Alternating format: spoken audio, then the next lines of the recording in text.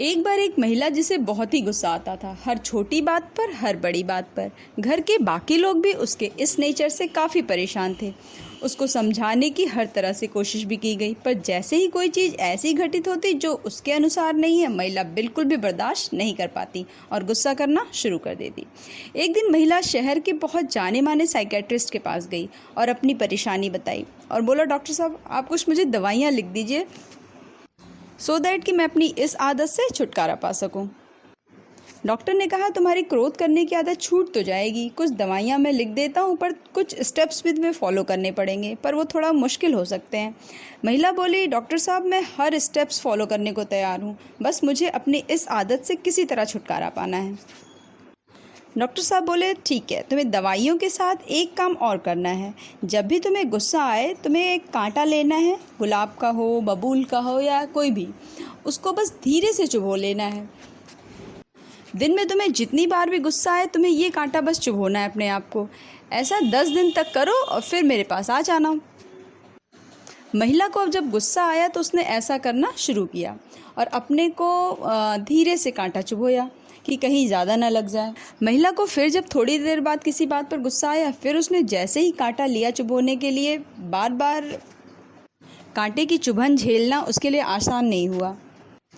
उसने सोचा, कांटे की चुभन को बार बार झेलने से अच्छा है कि जैसे मुझे गुस्सा आए मैं कोई और काम करने लगूं जिसमें मुझे मज़ा आए या जो मुझे अच्छा लगे। बेवजह मैं कांटे की चुभन को क्यों बर्दाश्त करूं, और इस तरह से हो सकता है मैं अपने गुस्से पर काबू भी पा लूँगी। दवाइयाँ मैं नहीं बंद करूँगी, दवाइयाँ लेती रहूँगी।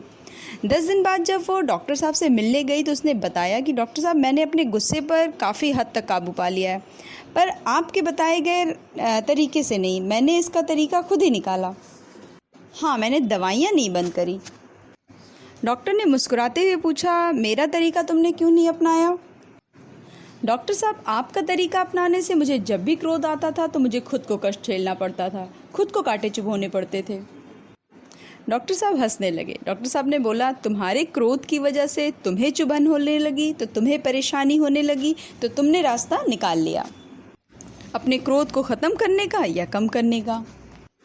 पर जब तक तुम्हारे क्रोध की वजह से दूसरे लोग हर्ट हो रहे थे, तुम्हें कोई फ़र्क नहीं पड़ रहा था, ना तुम कोई रास्ता ढूंढ पा रही थी। पर जैसे ही बात तुम्हारे ऊपर आई, तुमने इसका हल निकाल लिया। डॉक्टर साहब ने कहा, जो चीज़ हमें अपने लिए पसंद नहीं है वो हमें दूसरों के साथ भी नहीं करना चाहिए। क्या तुम्हें पसंद होगा कि हर समय तुमसे कोई गुस्से में बात करे या तुम्हारे ऊपर क्रोध करता रहे? नहीं ना, तो तुम्हारा भी औरों के प्रति ये व्यवहार बिल्कुल भी उचित नहीं है। क्रोध के समय अपने दिमाग को कहीं और पर लगा लेना, किसी पॉजिटिव एक्टिविटी में इंडल्ज कर लेना बेस्ट टेक्निक है जो तुमने किया।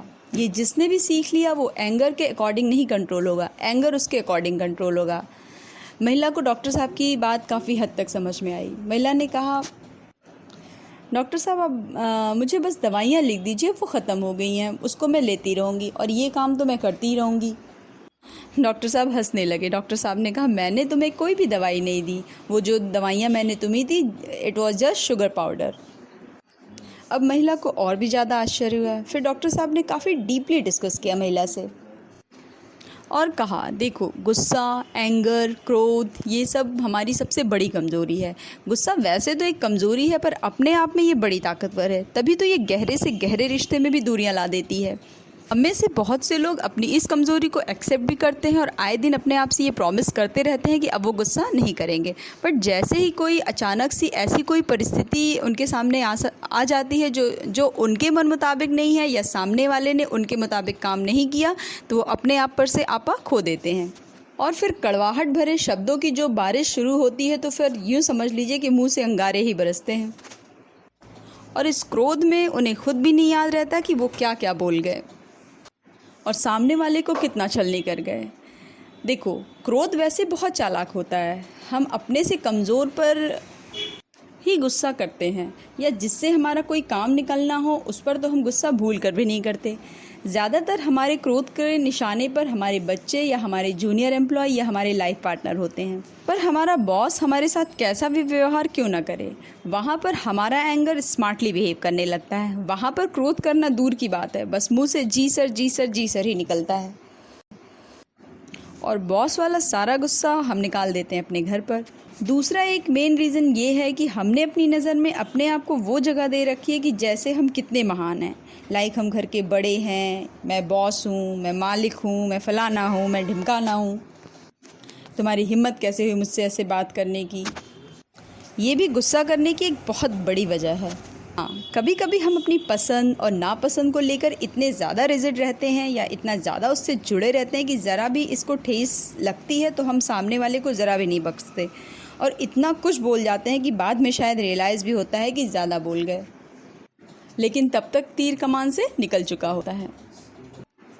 हमारे इस आदत की वजह से सामने वाला भी हमसे दूरियां बना के रखता है। हो सकता है कि रिश्तों की मर्यादा की वजह से वो ये ना कह पाए, लेकिन हमारे इस नेचर की वजह से वो कम ही हमारे पास आता है और हमारी ये आदत समय के साथ साथ हमें अकेला करती चली जाती है। इसीलिए अपने आप को लाइटली लेना सीखिए। अपने आप को ज़्यादा इम्पोर्टेंस देने की ज़रूरत बिल्कुल भी नहीं है। जब जब आपका ईगो हर्ट होगा आपको क्रोध आएगा।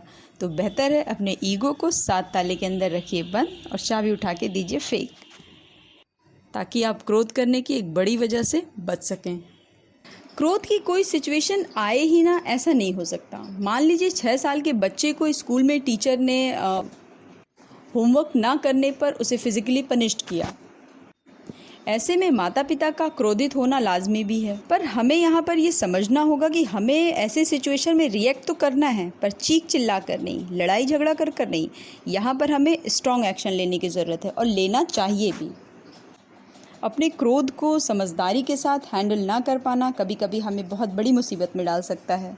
बहुत से लोग क्रोध में ऐसे कदम उठा लेते हैं जो उन्हें सलाखों के पीछे पहुंचा सकता है। इंसान का पूरा जीवन केवल इस क्रोध की वजह से चौपट होकर रह जाता है। अपने गुस्से को हैंडल ना कर पाने के कारण आजकल अखबार ऐसी खबरों से भरे रहते हैं कि गुस्से में आकर लोग सामने वाले की हत्या तक कर देते हैं और बाद में पछतावे के अलावा उनके पास कुछ भी नहीं बचता है और तब तक बहुत देर हो चुकी होती है। जैसा कि हाल ही में गोल्ड मेडलिस्ट पहलवान सुशील कुमार के साथ हुआ, जहां एक तरफ उज्जवल भविष्य उनकी बाट जो रहा था, वहीं दूसरी तरफ क्षण भर के लिए किए गए क्रोध से आज वो सलाखों के पीछे हैं। डॉक्टर ने उस महिला को समझाया कि हमें अपने क्रोध पर कंट्रोल हो जाए ये चमत्कार रातों रात नहीं होने वाला। इसके लिए हमें जिस सही रास्ते का चुनाव करना है वो है मेडिटेशन। रेगुलर मेडिटेशन से एमिगडाला को काफ़ी डिक्रीज़ किया जा सकता है, जो हमारे एंगर का मेन सोर्स है, या यूँ कह लीजिए हमारे गुस्से की जड़ जो हमारे दिमाग में डेवलप होती है। मेडिटेशन ऐसी थेरेपी है जो रूट पे काम करती है, किसी भी नेगेटिविटी को जड़ से ख़त्म करती है। मेडिटेशन के साथ साथ अपनी एंगर एनर्जी को, जब भी हमें गुस्सा आए उस समय हमें इसको अपने सेल्फ केयर में लगा लेना है। At that time you can go for long run, या अपने पेट के साथ आप कहीं थोड़ी दूर वॉक पे चले जाइए, या कुछ भी ऐसा कर लीजिए जो सुकून पहुंचाता हो, like painting, writing, playing guitar या प्लांटिंग। वो मैकेनिज़्म आपको तलाशना है। अपने इंटरेस्ट की चीज़ आपको ढूंढनी है, आपको वो काम करना है जिसमें आपको मज़ा आए। डॉक्टर साहब ने महिला को समझाया कि देखो, एंगर उस एसिड की तरह होता है जो जहाँ पे रहता है उस जगह को ये ज़्यादा नुकसान पहुँचाता है बजाय जिस पे हम ये डालते हैं। तो हर वो तरीका ढूंढिए, यूज़ करिए जिससे क्रोध आपके वश में हो, ना कि आप क्रोध के वश में हो। वीडियो आपको कैसी लगी कमेंट करके बताइएगा ज़रूर। वीडियो अच्छी लगी हो तो इसे लाइक करें, शेयर करें, चैनल पे नए हो तो इसे सब्सक्राइब करें, बेल आइकन को प्रेस करना बिल्कुल भी ना भूलें, सो दैट कि मेरी नेक्स्ट वीडियो की नोटिफिकेशन आपको मिलती रहे। मिलते हैं फिर मेरी नेक्स्ट वीडियो में। Till then bye bye, take care and thanks for watching.